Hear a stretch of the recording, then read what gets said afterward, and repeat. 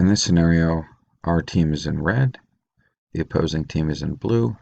Ignore everybody on this half of the field. They're just standing around watching. The number 9 of the opposing team, that's the striker, has the ball on our side of the field and is driving it toward our goal. Our defenders, for whatever reason, are arrayed at the edge of the 18-yard box or the penalty area here.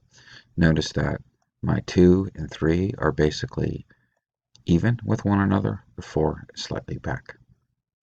Now the first thing that we have to do in this scenario is close the space on the 9. We've got to get pressure on this player so that she can't just do whatever she wants to do.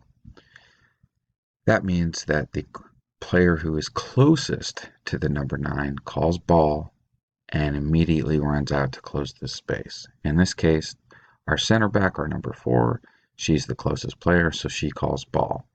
When she calls ball, our left back and our right back, our 3 and our 2, know that that means that they're going to have to rotate in or move in behind the number 4 to support her in case she gets burned, and also to position themselves, and this is very important, to position themselves in front of the goal.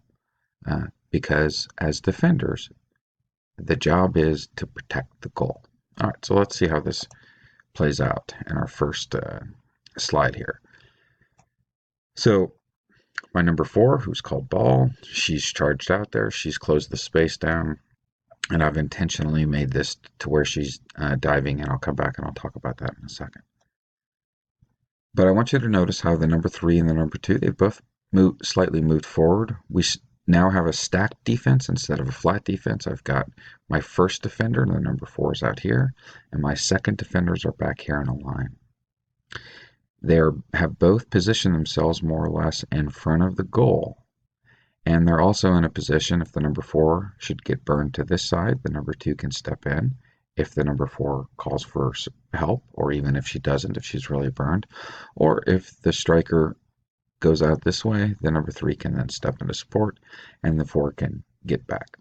In this case, our number 4, she ran too fast and didn't give herself a chance to stop. She tried to dive into the ball. This is what forwards, attackers really love. This was a very easy move for the opposing team striker. She saw that the number 4 was coming in, and she just booted the ball this way, and it started to move this way. The number 4 then realizes, hey, I'm burnt, and she calls for help. Now these players are paying attention. They're always ready to rotate in to support the number 4. Now the number 2, she's on the side that the striker is moving to. Therefore, it becomes her responsibility. But just because it's obvious, it doesn't mean that she doesn't have to communicate. She calls ball. And this player is called help when she gets burnt.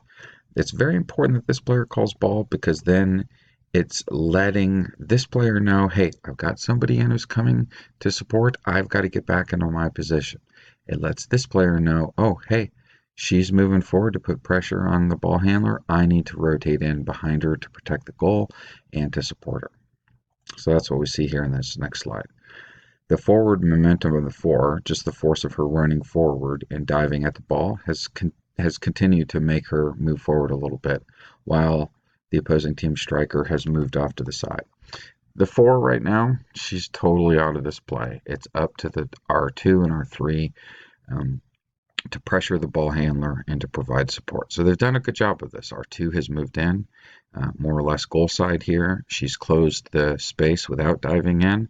We have the stack defense where I've got my first defender here. I've got my second defender here. So notice that she didn't stay way up here. She's not positioned here. She's not following the number 3. She's positioning herself to protect the goal and also to back up the number 3. Also notice that my goalkeeper started to move down slightly in reaction to the 9 moving out to this side. That's to cut down the angle that would be available for the 9 to kick a goal out here. So in this next slide here, my right back has caught up to the opposing team striker. They're both basically running in this direction. Kind of looks like they're shoulder to shoulder here. My 3, meanwhile, has slipped back into a position and is guarding the goal. And my 4, she has really hustled to get back here. And, she saw that there was an opening in front of the goal, and she knows that there needs to be two defenders back here. So she's not like saying, hey, number 3, I want to go there. She's just going and filling the hole. It's important that she doesn't interrupt the concentration of our 3-player here, because our 3-player here is looking up the field, paying attention to what's happening at the ball, trying to make sure that she's even here, and she's ready at any given moment to jump in to support the number 2 here, should she get burned. And that's what I'm going to show here in this next scenario.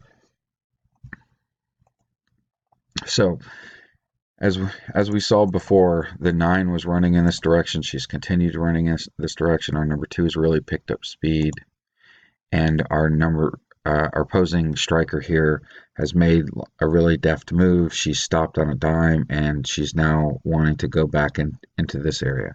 So our number 2 got burned. She's continuing to move forward in this direction. She realized that she got burned. She calls for help. Meanwhile, as this was going on, because the ball and the defender began to move back this way, and we want to maintain a stacked defense instead of a flat defense, our other 2 defenders have moved back slightly. Now, because the number 2 is called for help, she realized that she was burned. Now my number 3 knows, hey, it's my job. I'm the closest one. I need to get out there. So I'm going to call ball so that this player knows, hey, somebody's on it, and this player also knows that she needs to rotate. So that's what starts happening here. Again, just like when the number 4 ran out too far and dove in, and her forward momentum continued to carry her forward and made her be out of the play for a second, the same thing has happened with the number 2. Both our right back and the opposing team striker were running in this direction. Our number 2 basically out of the play for a second. Meanwhile, our number 3, she called ball. As soon as help was called for, she started to close the space between her and the opposing keeper. So she has become our first defender, and our number 4 has rotated in behind her, and she's become second defender. Notice they're not flat this way, they are stacked. So, in our last slide here, our striker has tried to move the ball into center position to try to maybe get a shot off on goal, but because of the pressure that she had gotten by our number 3 here, it slowed her down. And because whenever the ball and the ball handler can get close to our penalty area, we always want to really start to close the space and not leave as much space between the defender and the ball handler. So the 3 is in a very good position here. She's trying, she's goal side here. And we had 4 has remained here in position to maintain this first defender, second defender stacked thing. And our number 2 has hustled back as quickly as she could. And rather than bothering the number 4, who is, very carefully paying attention, positioning herself goal side of what's going on here to protect the goal, and also being ready at any time in case the number 3 gets burned to jump in. So yes, the number 2 could have come back here and asked the number 4 to move over, but that would have disrupted the concentration of this player here. So she really did the best thing by just moving into the open space here. So it's the job of all 3 of these players to always have 2 players back here protecting the goal, ready to help here, but never getting sucked out, too far away from their primary objective, which is to defend the goal. Hope that makes sense. Let me know if you have any questions.